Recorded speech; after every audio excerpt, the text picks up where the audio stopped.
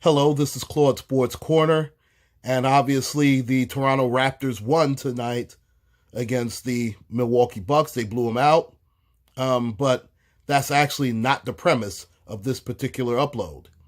This particular upload is because of who is broadcasting these actual Eastern Conference Finals, and lets you know that, in my opinion, the Me Too movement is an absolute fraud and a joke.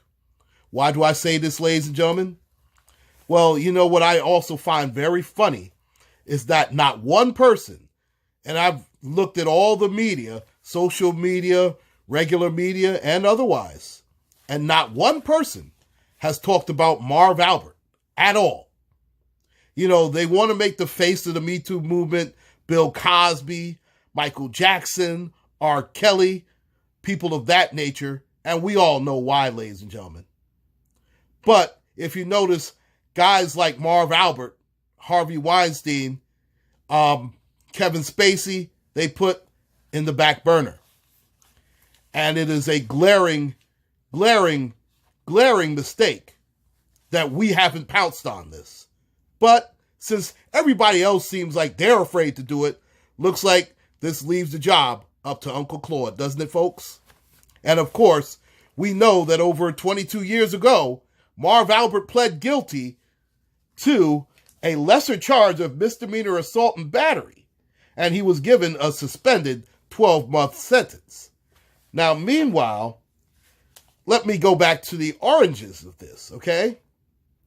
In February of 1997, a woman accused Marv Albert of throwing her on a bed in a Virginia hotel, biting her back, and also forcing her to perform oral sex.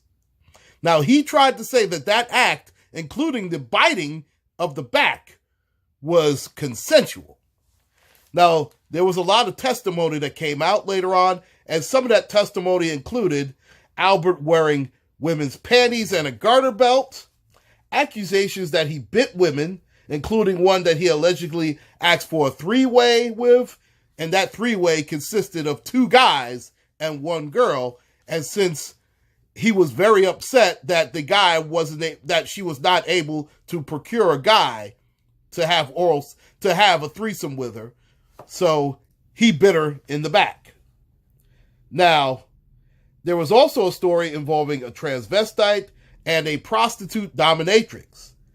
And last but not least, a woman who claimed that she escaped Marv Albert only when she ripped off his hairpiece. But isn't it funny, ladies and gentlemen, how none of this has come out about Marv Albert, but they continue to push the narrative of everybody else? And as we know, Marv Albert got fired in '98 from NBC, but in 2000, they hired him back. And as you know, he's been with TNT since 2001. Notice nobody is calling for Marv Albert's job. But let's boycott R. Kelly. Let's boycott everybody else that has a darker shade. I tell you, the double standards are alive and well, aren't they, ladies and gentlemen? And it looks like, as you can tell, when it comes to Marv Albert, he can just keep saying what he says and does what he does. Yes!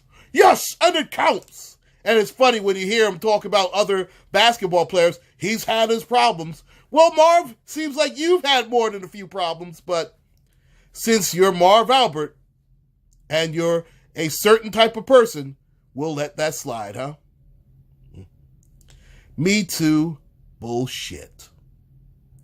Please like, share, and subscribe, ladies and gentlemen. This is Claude White. Take care, and God bless.